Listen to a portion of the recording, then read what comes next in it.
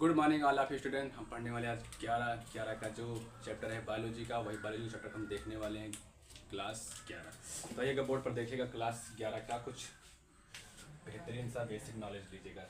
मतलब कि हम पढ़ने वाले क्या हैं, आज पढ़ने वाले हम 11 का सिलेबस। जो 11 का सिलेबस है वो जो बायोलॉजी है उसी को हम आज यहाँ पर डिस्कशन करने वाले हैं। तो कुछ सिलेबस को देखेंगे थोड़ा सा, 1 मिनट के लिए मतलब इकाई डिजिट में जाएंगे।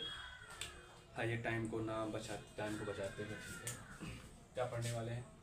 क्लास 11 की फर्स्ट क्लास 11 की फर्स्ट क्लास है और इस क्लास को आपको देखना ज़रूरी है। जिसको भी बेसिक पता है बेसिक देख लीजिएगा। 1 मिनट के लिए हम बेसिक पे जाएंगे। बेसिक या जीव विज्ञान,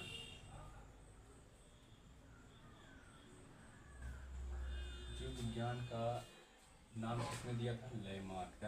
देख लीजिएगा, जीव विज्ञान का लैमार्क, जीव विज्ञान का नामकरण किसने किया? लैमार्क हुआ ट्रेविनियस वैज्ञानिक। ये कौन थे नाम देने वाले? जीव विज्ञान का नाम दिए। जीव विज्ञान को अंग्रेजी में क्या बोला जाता है? बायोलॉजी। जीव विज्ञान को अंग्रेजी में बायोलॉजी बोला जाता है। जीव विज्ञान को अंग्रेजी में बायोलॉजी बोला जाता है। बायोलॉजी कहाँ से आया था? ग्रीक से आया था। ग्रीक के 2 शब्दों से ग्रीक भाषा, ठीक। कहाँ से है ग्रीक? क्या था? बायोस बोला गया था बायो को, और लोजोगोस लोगोस बोला गया था, ठीक। ये हो गया। अब देखा जाए जीव विज्ञान को वर्गीकरण करने वाले, वर्गीकरण करने वाले वैज्ञानिक का नाम रखा है। जैसे पादप में एक पादप जगत बनाया गया, पादप बोला गया। प्लांटी, एक जंतु को किया गया, पादप को बोला गया बॉटनी, पादप को बोला गया बॉटनी, और इसको क्या बोला गया? जूलॉजी। करने वाले कौन थे भाई? Carolus Linnaeus. यह कुछ बेसिक था, ये आपको पता होना चाहिए हमेशा के लिए। जब भी आप बायोलॉजी अगर पढ़ रहे हो तो आपको ये पॉइंट आपको हमेशा याद होना चाहिए। ये हो गया। अब देखा जाए बोटनी के कौन जनक थे? बोटनी की बात देखा जाए तो थियोफ्रेस्टस थे, थियोफ्रेस्टस। और जूलॉजी के अरस्तु थे। इन्होंने पुस्तक भी लिखी थी, इनकी भी पुस्तक सेम ही है। देखिएगा सेम द हिस्टोरिया ऑफ, अगर मैंने एनी मेलिया किया तो किसको गया?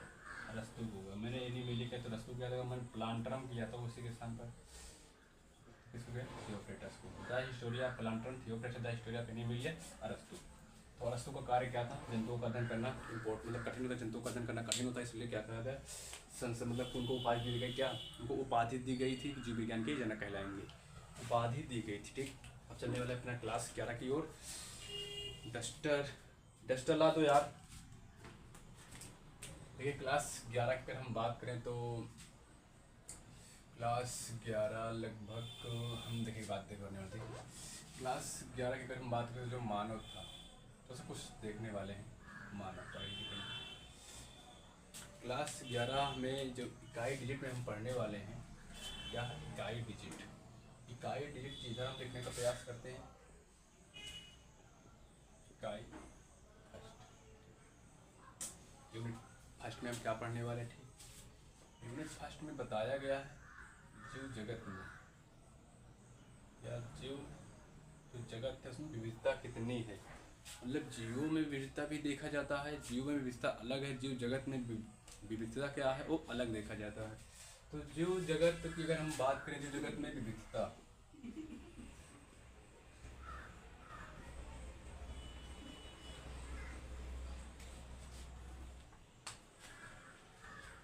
हम क्या पढ़ने वाले? जीव जगत में विविधता। ये क्या था? हमारा इकाई फर्स्ट में बताया गया है। इकाई फर्स्ट की हमारी हेडिंग क्या है? जितने इकाई के चैप्टर हैं, जैसे कि फर्स्ट चैप्टर इकाई में दिया गया है, दूसरा दिया गया है, तीसरा दिया गया है एंड 4। हम 4 चैप्टर का अध्ययन इकाई डिजिट में करने वाले हैं। 4 चैप्टरों का अध्ययन इकाई डिजिट में करने वाले हैं। और ये 4 मतलब जो चैप्टर हैं और जीव जगत में जितनी विविधता है उसी को एक क्लासिफिकेशन किया, उसी को आपको समझना है। देखा जाए यहाँ पर लिखा था मैंने मानव।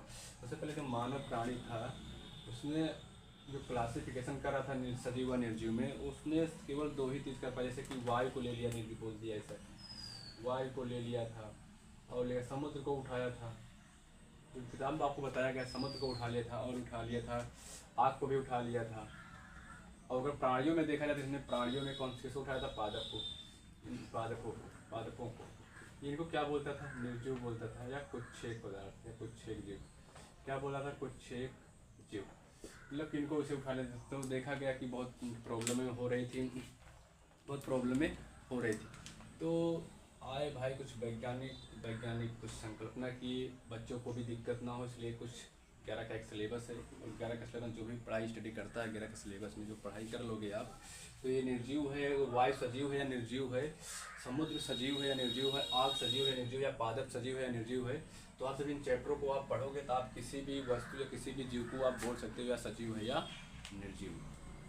ये बात इसमें बताई गई है। तो हम देखने वाले थे कुछ ऐसा कुछ प्रक्रिया थी। विविधता का मतलब उसमें कितनी विविधता है, एक जीव से दूसरे जीव में कितनी विविधता देखने को मिलती है। ठीक, तो सबसे पहले फिर यहीं पर आते हैं।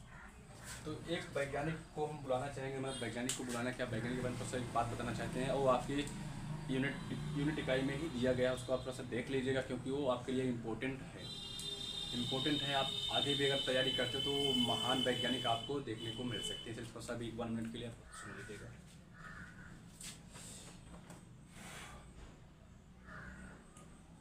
अर्नेस्ट मेयर, इसको अर्नेस्ट भी बोला गया, ठीक है, कहीं कहीं पर मिल जाता है। ठीक है, तो यही एक वैज्ञानिक है, इनकी हम चर्चा करने वाले हैं। ये वैज्ञानिक खास बात क्या है सर जी? 1904 में जन्म हुआ, 2004 में खत्म हो गए। तो यहाँ से निकल के आया कि ये 100 साल जीवित रहे। 100 साल जीवित रहने वाले वैज्ञानिक का नाम और भी वैज्ञानिक हो सकते, क्या एक ही वैज्ञानिक है, लेकिन देखा तो एक में ही दिया गया। 100 साल जिए, लेकिन 100 साल जिए तो 100 महान वैज्ञानिकों में से एक थे। ठीक है, मान लिया एक थे। कुछ खास बात होगी, खास बात क्या था देख लीजिएगा। खास बात इनकी क्या थी? खास बात इनकी ये थी कि कौन भाई? अर्नेस्ट मेयर साहब की खास बात थी कि ये जीव विज्ञान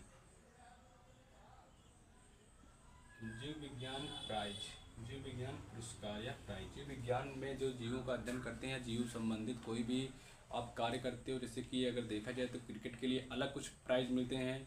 आप यदि किसी भी शास्त्र में जाना चाहते हैं, किसी भी क्षेत्र में जाना चाहते हैं तो उसका एक अलग प्राइज होता है। तो जीव विज्ञान के कुछ प्राइज होते हैं जो इम्पोर्टेंटली मेन माने जाते हैं, जैसे कि वालजान प्राइज ये पाए, और एक प्राइज ये पाए, और एक था इंटरनेशनल से भी विख्यात प्राइज, इंटरनेशनल, और एक क्या था? क्राफोर्ड।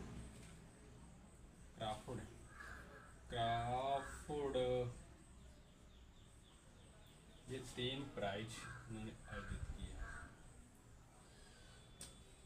नोबेल पुरस्कार इन्होंने अर्जित नहीं किया ना, नोबेल पुरस्कार भी इन्होंने अर्जित कर पाए। तो ये इतने हो गए, ये मेन माने जाते हैं जीव विज्ञान के पुरस्कार में। अगर देखा जाए तो जीव विज्ञान के पुरस्कार, जो जीव विज्ञान में पुरस्कार होते हैं, ये सर्वाधिक मान्य रखते जाते हैं। याद रखिएगा, कभी अगर किसी वैज्ञानिक के पीछे लग जाए ना, उस वैज्ञानिक को क्या कर लीजिएगा? डैश लाइन कर लीजिएगा। ये बहुत महत्वपूर्ण पुरस्कार होते हैं, आम आदमी को मिलने की संभावना कभी नहीं हो सकती, ना छोटे छोटे जो कार्य करता है उनको भी नहीं मिल सकता। ये नोबेल पुरस्कार तो इस हिसाब से अगर देखा जाए तो मिल भी सकता है।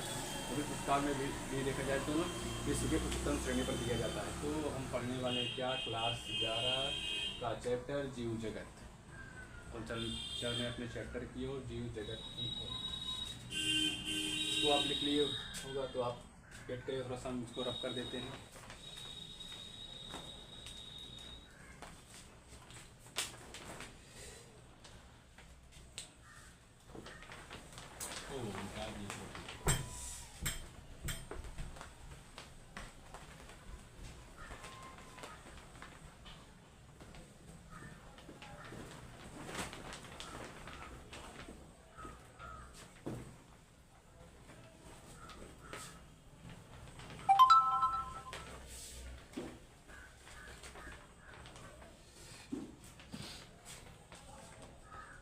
हम इकाई डिजिट में क्या पढ़ने वाले हैं? जो जगत में विविधता की बात कर रहा था, पहले पढ़ेंगे क्या? जीव जीव जगत। दूसरे में पढ़ा क्या है? जीव जगत का वर्गीकरण। तीसरे में क्या पढ़ेंगे? वनस्पति जगत। चौथे में प्राणी जगत। देख लीजिएगा कि ऊपर नीचे से नहीं है, बाकी समझिएगा। देखिएगा पहले चैप्टर में क्या पढ़ने वाले हैं? जीव जगत। पहले चैप्टर में क्या पढ़ने वाले हैं? जीव जगत। 1 मिनट वेट करिएगा थोड़ा, सॉरी।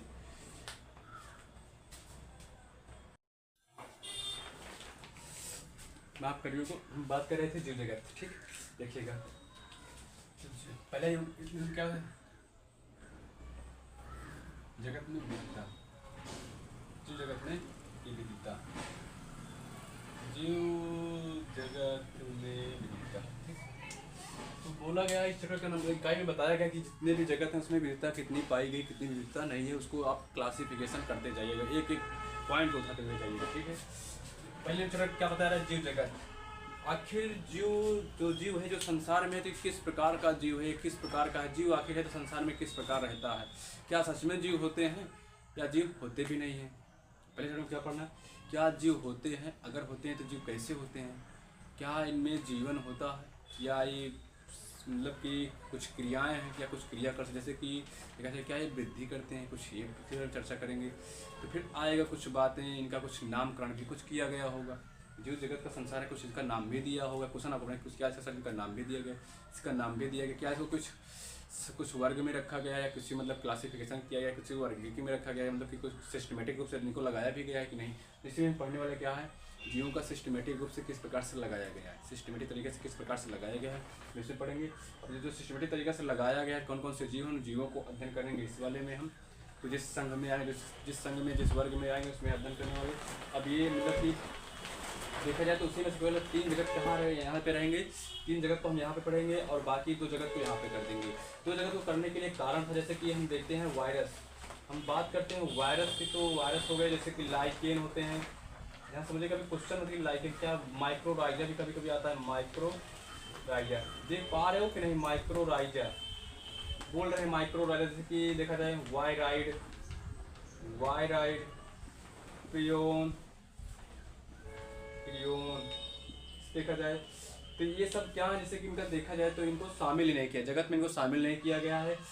इन चीज़ को हम इसी में पढ़ेंगे, जीव जगत का वर्गीकरण में हम इन सबको पढ़ने वाले हैं, इसलिए इन दोनों को हमने अलग कर दिया। क्योंकि ये क्या, अगर ये सब भी अगर शामिल किए गए थे, ये चैप्टर बड़ा हो जा रहा था, इनको शामिल किया गया था तो ये चैप्टर बड़े हो जा रहे थे, इसलिए क्या किया गया, थोड़ा सा कि एक अलग अध्याय का निर्माण कर, जिससे बच्चों को दिक्कत ना हो। जैसे कि अगर हम एक चैप्टर को पढ़ते रहे कम से कम बहुत दिन हो जाते, हम बोर हो जाते कि चैप्टर कब खत्म होगा, इसलिए कि थोड़ा सा अध्ययन की दृष्टि से ये किया गया था। तो वनस्पति जगत में वनस्पति को पढ़ेंगे, बाकी थोड़ा सा चर्चा करेंगे वनस्पति है क्या, बाकी बोल देंगे हरा होता है वनस्पति, इतना ही बता देंगे। प्राणी जगत क्या है, प्राणी जगत पर चलते हैं, जीव जगत को पढ़ने वाले हैं, ठीक। हमारा मिट्टा बार बार गिर जा रहा है, ठीक। अभी मेरा मिटा है तो वही बढ़िया है। देखिएगा हम जीव जगत को पढ़ने से पहले जीवन या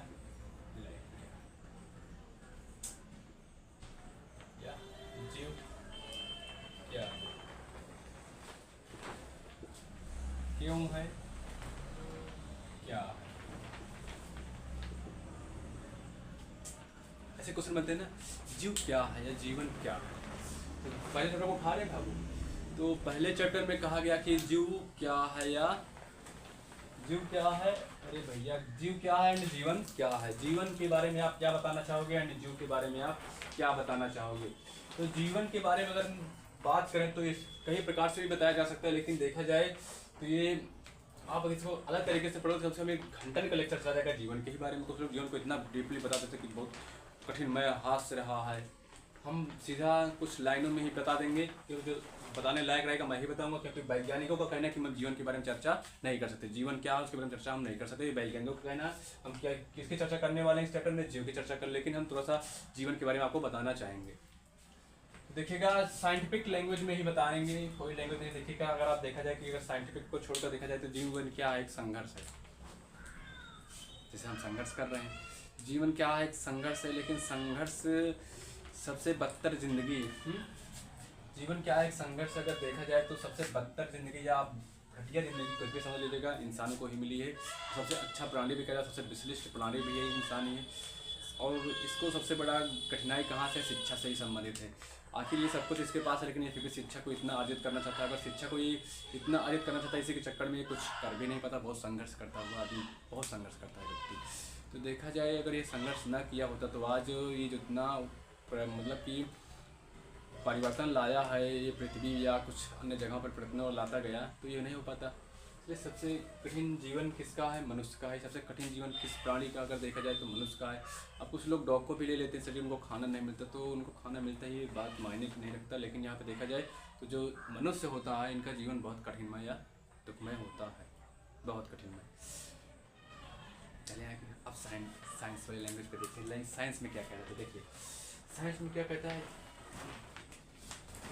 जटिल मतलब सबसे कोई खतरनाक जटिल रसायन।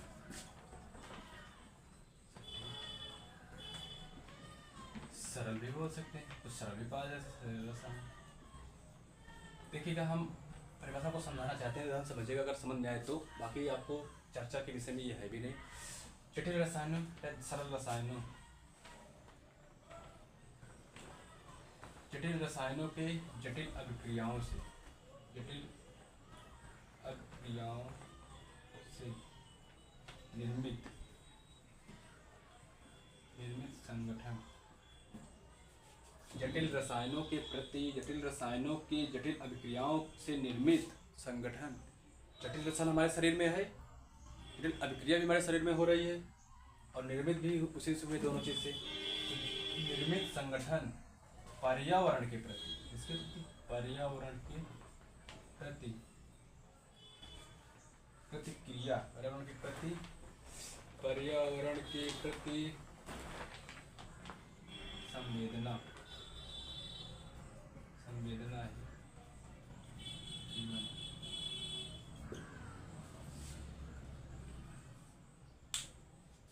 ठीक है, क्या लिखेगा, ये लिखेगा जटिल रसायनों की जटिल अभिक्रिया से, जटिल रसायनों के जटिल अभिक्रिया से निर्मित संगठन पर्यावरण के प्रति संवेदना ही जीवन है या जीवन का विधि है। या आप लिख दीजिए कि परिभाषा और रासायनिक अभिक्रिया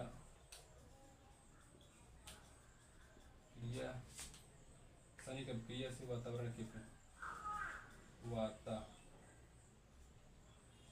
वातावरण के प्रति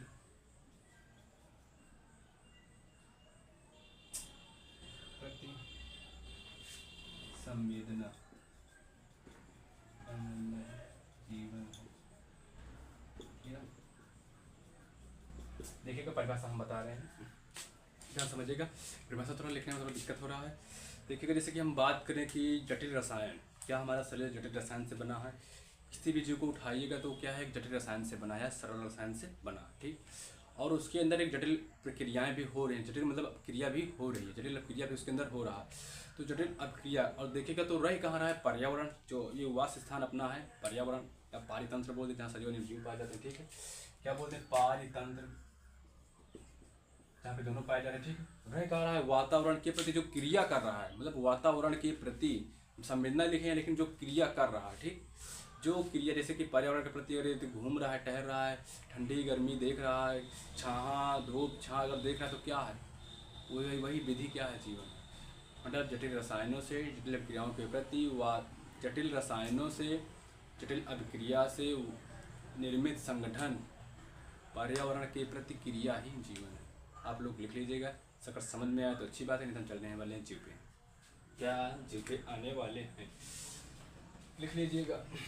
परिभाषा बनाए हैं, परिभाषा बनी जैसी भी हो, ठीक ठीक है। जटिल रसायनों के जटिल अभिक्रियाओं से निर्मित संगठन पर्यावरण के प्रति क्रिया क्रिया क्रिया ही जीवन है, क्रिया जीवन है। इस शब्द को आप टाइटल कर लीजिएगा, क्योंकि संवेदना सभी जीवों में होती है, संवेदना सभी जीवों में होती है, संवेदना सभी जीवों में होती है, इसलिए हम इस संवेदना को भी शामिल कर दिए थे, ठीक है। आप भी अगर पढ़ोगे, अगर डीप में अच्छे से पढ़ोगे ना, तो आप भी इसकी परिभाषा जीवन की अच्छा बना पाओगे बायोलॉजी के तरीके से। तो जीवन क्या है? अमूर्त है। जीवन को किसी ने नहीं देखा। क्या सभी जीवन की जीवन सीमा है? इतने वर्ष जिएगा, इतने वर्ष नहीं जिएगा, बताइएगा। सभी जीवों की अपनी अपनी जीवन सीमा है। सभी जीवों की अपनी अपनी जीवन सीमा है। सभी जीवों की अपनी अपनी जीवन सीमा है। क्या ये सत्य है? आपसे क्वेश्चन हम रख रहे हैं, ध्यान समझिएगा। आप लोग अपने सजे से पूछिएगा, हम भी बता देंगे आपको। लेकिन देखिएगा, पहले आप हमारा डाउट क्लियर करिएगा। थोड़ा सा हमारा डाउट बन रहा था कि आप लोग सब पूछेंगे।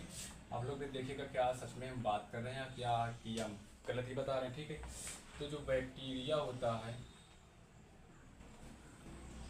क्या बैक्टीरिया में जीवन होता है? सभी बैक्टीरिया में जीवन होता है। क्या इसकी जीवन सीमा होती है, या ये इतने वर्ष तक जीवित रहेगा, इतने वर्ष बाद ये मर जाएगा? हमने बैक्टीरिया को पढ़ा, बैक्टीरिया में कभी मृत को हम देखे ही नहीं कि बैक्टीरिया कितना वर्ष जिएगा, कितना वर्ष नहीं जिएगा। ये देखें कि बैक्टीरिया क्या करेगा, ये वृद्धि जब करता है, ये वृद्धि करेगा तो ये अपने आप को डबल में कर लेता है, ठीक। तो बैक्टीरिया बन गया। ये मर कहाँ रहा है? तो इसलिए ये वाला मर गया तो दो बन के नहीं भैया, उसी के पार्ट है ना, उसी के पार्ट है ना। इसलिए आप देखिएगा, सोचिएगा एक बार। चलिए पढ़ते हैं क्या जीव क्या है, ठीक। क्या पढ़ने वाले हैं? जीव क्या है, चर्चा करने हैं। ये पहला चैप्टर में ज़्यादा कुछ रखा नहीं है, लेकिन फिर भी कुछ बेसिक है। पहला क्या है? बेसिक। तो जीव क्या है? अगर हम जीव क्या है, अगर इसको हम डिफाइन करना चाहते हैं, इसके प्रकार अगर हम जीव क्या है, अगर इसको डिफाइन करना चाहें, तो हम ये कुछ लक्षण को देखेंगे। जीव के लक्षण को हमें समझना पड़ेगा। जीवों के लक्षण, हम जीवों के लक्षण को अगर हम पढ़ लिए, अगर हम जीवों के लक्षण को हम पढ़ लिए, तो हम क्या पढ़ सकते हैं कि जीव क्या है, जीव सच में है या नहीं। हम जीव के लक्षण को भी समझ सकते हैं, ठीक। तो जीवों के लक्षण को पढ़ने वाले, जैसे कि आपने क्लास 10 में एक चैप्टर था जैव प्रक्रम, तो जैव प्रक्रम आपने पढ़ा, उसमें कि जैव प्रक्रम में कुछ क्रिया बताई गई कि आपको, तो वो सब क्रिया भी क्या है, आप वो क्रिया को उठाकर भी किसी जीव और सजीव को डिफाइन कर सकते हैं कि कोई जीव सजीव है या निर्जीव है, ठीक है। तो जीव दो प्रकार के, एक सजीव और एक निर्जीव। हम निर्जीव को नहीं उठाने वाले हैं, हम किसको उठाने वाले हैं? सजीव को उठाने वाले हैं। लेकिन कंपेरिजन क्या करेंगे? निर्जीव का भी करने वाले हैं, मतलब कि तुलना हम सजीवों के निर्जीव से करेंगे यहाँ पर, ठीक। तो देखिएगा जीव के लक्षण, तो हम 11 में अगर देखें, जैसे कि 10 का तो आपको पता है, आप वो भी लिख सकते हो अगर आपको समझना है तो, ठीक। या आपसे कोई क्वेश्चन पूछे तो आप उसको भी एक्सप्लेन कर सकते हो। लेकिन अगर 11 का अगर क्वेश्चन उठा तो 11 का 11 के तरीके से पहले आप बताइएगा वृद्धि। हम लक्षण देखें, जीवों के लक्षण क्या वृद्धि है, क्या मुख्य लक्षण है, ठीक। अभी लक्षण देखें कौन सा मुख्य बनता है, ठीक है। अभी जीवों के लक्षण देख रहे हैं, लक्षण तो है, लेकिन क्या ये मुख्य माने जाएंगे? मतलब हम जीवों के लक्षण देख रहे हैं, अभी लक्षण देख रहे हैं, ठीक है। जैसे कि हम 2 नंबर पे लिख दें, जनन को बता दें सर, ठीक। 3 नंबर पे उपापचय, 4 नंबर पे कोशिका संगठन, 5 नंबर पे बोल दें तो हम संवेदना। देखिए हम 5 को ही बताएं, इसी 5 चीज़ पर हम किसी भी जीव को जान जाएंगे क्या सजीव है या निर्जीव है। जल्दी से आओ देखते हैं, तो पेश करते हैं वृद्धि क्या, ठीक है। वृद्धि को पढ़ेंगे, जन्म को पढ़ेंगे, तो उपपचय को देखना थोड़ा सा, ये पढ़ेंगे, थोड़ा सा पढ़ेंगे। क्या सभी जीव वृद्धि करते हैं, ठीक है। क्या सभी जीव वृद्धि करते हैं? ठीक है, सभी जीव वृद्धि करते हैं। सभी जीव वृद्धि करते हैं, जी ठीक। सभी जीव वृद्धि करते हैं, ठीक। सभी जीव वृद्धि करते हैं, सभी जीव वृद्धि करते हैं, सभी जीव वृद्धि करते हैं, सभी जीव वृद्धि करते हैं। लेकिन सूक्ष्म जीव वृद्धि करते हैं, ठीक सर। सूक्ष्म जीव वृद्धि करते हैं, लेकिन सूक्ष्म जीव में जो वृद्धि है तो क्या है? जनन, ठीक है। सूक्ष्म जीव में वृद्धि ही जनन कहलाती है, सूक्ष्म जीव में वृद्धि ही जनन कहलाती है, सूक्ष्म जीव में वृद्धि ही जनन कहलाती है, सूक्ष्म जीव में वृद्धि ही जनन कहलाती है, ठीक सर जी। 2 पॉइंट है जी, ठीक है जी, ठीक मान गए, मान गए। इसकी बैक्टीरिया उठा लीजिएगा, ठीक है, जो भी बता रहे थे, ठीक। सूक्ष्म जीव में वृद्धि ही जनन है जी। और कोई बात सर जी देखा जाए, जैसे कि पादपों, ठीक। पादपों में जीवन पर्यंत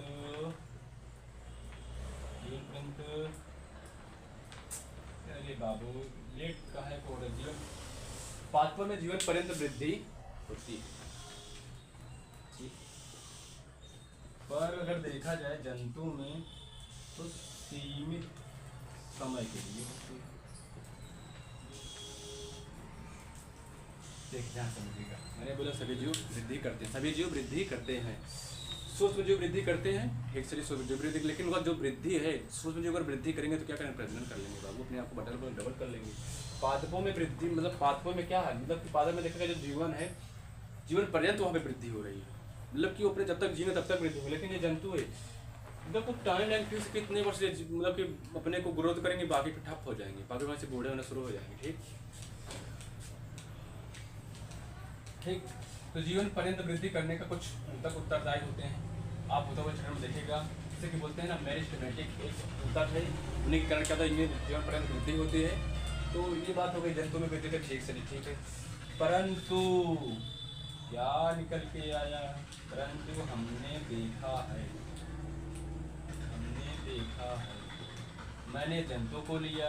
जीव विज्ञान की 3 शाखा यहाँ पर बनाई जाती है, जीव विज्ञान की कितनी शाखा, 3 शाखा, एक जूलॉजी, एक बॉटनी, एक माइक्रोबायोलॉजी। मैंने सूक्ष्म जीव में वृद्धि को दिखाया, ठीक, मैंने पादपों में वृद्धि को दिखाया, मैंने जंतुओं में वृद्धि को दिखाया, मैंने एक शाखा निर्जीव मतलब जो ये वृद्धि से बात संबंधित है, ठीक, सम्य था, लेकिन मैंने बोला परंतु हमने देखा है कि निर्जीव भी वृद्धि करते हैं, ये आपकी एनसीईआरटी में निर्जीव भी वृद्धि करती है,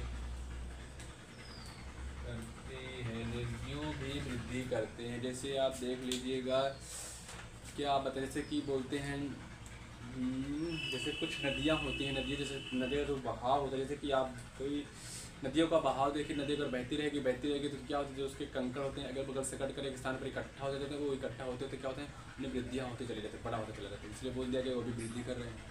साइंटिफिक लैंग्वेज है, हमने बता रहे हैं वृद्धि वो भी कर रहा है, लेकिन हम लोग क्या बोलते हैं, लेकिन क्या कह सकते क्या हम कहेंगे, क्या ही बताइए आप कि इसमें तो वृद्धि तो हो ही रही है, धीरे धीरे कहीं ना कहीं से तो कण आ रहे हैं और इसको कण को इकट्ठा करते चले, वृद्धि होती जा रही है। नदियों में भी देखिएगा रेत का टीला लग जाता है, और देखा जाए तो जैसे कि चांद के प्रकाश में समुद्र कहते हैं ना, मतलब स्तर बढ़ जाता है, और जैसे हिमालय पर्वत, कुछ पर्वत ऐसे हैं जैसे कि देखिए उनमें वृद्धि हो रही है, उसमें वृद्धि हो है, जैसे कि हिमालय पर्वत है, ये हिमालय पर्वत में कहते हैं कि ना कि 0.2 मतलब कुछ ऐसा है, हम गेस नहीं कर पाएंगे, ठीक है। तो हिमालय पर्वत भी क्या कर रहा है, वृद्धि कर रहा है। जैसे कि पत्थर भी देखो, कुछ पत्थर होते हैं ना वृद्धि करते हैं, क्या पत्थर के अंदर भी जीव होते हैं, खतरनाक बात है। आप कुछ पत्थर को उठा कर लीजिए, जैसे कि कुछ लोग पूजा करते हैं ना, पूजा करते हैं वहाँ पर डालते रहते हैं, तो पत्थर के अंदर बड़े हो जाते हैं, तो भी वृद्धि करें सर जी, ठीक। तो जीवों का लक्षण यहाँ से देखा गया कि ये जीवों का लक्षण मुख्य लक्षण नहीं माना गया, मुख्य लक्षण में से ये नहीं है। कौन सा मुख्य लक्षण, इसको मुख्य लक्षण ये ठीक, मुख्य लक्षण है, लेकिन जीवों का लक्षण है, मुख्य लक्षण है। जनन सर जी चर्चा ही कर लेते हैं, बहुत डीप में, जरा आप किताब को रीड किया करो, किताब से बड़ा कोई गुरु नहीं, ठीक। जनन की अगर हम बात करें तो देखिए जनन 2 प्रकार का होता है, एक लैंगिक एक अलैंगिक। सीधा बोलते हैं क्या जनन सभी जीव करते हैं, हाँ सिर्फ जीव जनन तो सभी जीव करते हैं, पर हमने देखा है कि कुछ जोड़े ऐसे होते हैं, कुछ अनुवर मतलब कि दंपत्ति कुछ या ऐसे पार्टनर है, क्या कुछ ऐसे जोड़े होते हैं जो जनन नहीं कर पाते। इससे देखा जाए कि कुछ होते हैं जोड़े ऐसे जो चाहकर भी वो नहीं कर पाते, मतलब कि उनमें कुछ कमियां रहती है, मतलब देखा जाए बायोलॉजिकल से तरीके से जनन नहीं कर पाते। आप उठा लीजिएगा जैसे खच्चर बोलते हैं, खच्चर जनन नहीं करता। आप और जीव को उठा लीजिएगा जैसे कि वो जनन नहीं करते। तो देखा गया जैसे कि बहुत सारे जीव जो जनन नहीं करते लेकिन वो फिर भी जीवित रहते हैं, वो जनन नहीं करते फिर भी जीवित रहते, इसलिए जनन को भी मुख्य लक्षण नहीं माना गया जीवों का, मुख्य लक्षण नहीं है जीवों का कि ये ऐसा है वो ऐसा, ठीक, इसको भी नहीं माना गया। लेकिन एक पॉइंट आप ध्यान समझिएगा, अलैंगिक जनन में एक पुनर्जनन था, ठीक है, ये आपको याद करना है, ठीक है, जो मेल रहेगा हम बता देंगे पुनर्जनन। तो देखा गया था वहाँ पर पुनर्जनन कैसे पाया गया था, हाइड्रा और प्लानेरिया, जो आपके बुक में दिया गया है उसको बताइए, ठीक है, जब मुकुलन बोल दीजिए, मुकुलन, ठीक, उनके काटते जाओ, जैसे कि कोई चीज़ को मैंने ले लिया, मैंने इसको यहाँ से कट कर दिया, ये भी एक जीव बन गया, यहाँ से कट किया, यहाँ से कट किया, जितना मैं कटा मनोगा उतना जीव बनते चले जाएंगे, यही बताया गया यहाँ पर, ठीक, ये बात थी। अब देखा जाए उपपचय क्या, सभी जीवों में विभिन्न प्रकार की रासायनिक अभिक्रियाएँ होती हैं, और विभिन्न रासायनिक अभिक्रियाओं को या कुछ टूटती हैं अभिक्रिया, कुछ अभिक्रियाएँ जुड़ती हैं, और इन्हीं अभिक्रियाओं को क्या बोलते हैं, उपापचय, ठीक।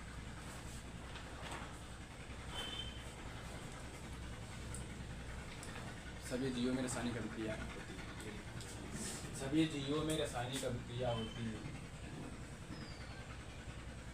क्या लिखिएगा? सभी जीवों में, सभी जीवों में रासायनिक केंद्र, या तो हटाओ ये परिभाषा, समस्त, सीधा लिखिएगा समझने में, समस्त रासायनिक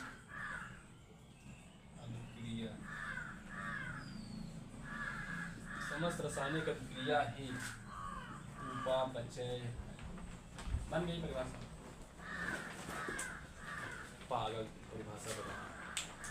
समस्त रासायनिक अभिक्रिया ही उपापचय है। तो क्या सभी जीवों में उपापचय होता है? सभी जीवों में उपापचय होता है। ऐसा मत सोचो कि बैक्टीरिया नहीं करेगा, वो नहीं करेगा, सब करेंगे, सब करेंगे, जितने भी जीव सब करेंगे, ठीक। कोशिका संगठन से ये भी है, ठीक। जीवों का मुख्य लक्षण क्या निकल के आया? जीवों का मुख्य लक्षण, हेलो, कोशिका संगठन में हम देखते हैं तो जीव प्रोकैरियोटिक होंगे या यूकैरियोटिक होंगे, ठीक, या असीम केंद्र की होंगे या सुसीम केंद्र की होंगे। असीम केंद्र की मतलब प्रोकैरियोटिक, सुसीम केंद्र की मतलब यूकैरियोटिक, ऐसा सेम केंद्र या बोल दिया जाता है ना, सुविकसित केंद्र की, अल्प विकसित केंद्र की, ठीक है। तो ये हम आगे आपको देख लेंगे कि हाँ ये सच में है, हम आगे देखेंगे इसको, ये मिल जाएगी, ये मैं बोल रहा हूँ अभी, ये मैं समझेंगे क्योंकि आगे आएगा टॉपिक, वहीं पे देखेंगे। कोशिका संगठन जीवों का मुख्य लक्षण माना जाता है, सर, ठीक है। संवेदना, ये भी जीवों का मुख्य लक्षण माना जाता है। 3 लक्षण को बताइए, 3 लक्षण आप याद रखिएगा। अगर हम संवेदना की कोई परिभाषा की बात करते हैं, परिभाषा की समझने की बात करते, देखिएगा सभी जीव संवेदना करते हैं, ठीक है। क्या लिख दें, क्या लिख दें? पर्यावरण के प्रति, पर्यावरण के प्रति या बाह्य कारक की प्रतिक्रिया,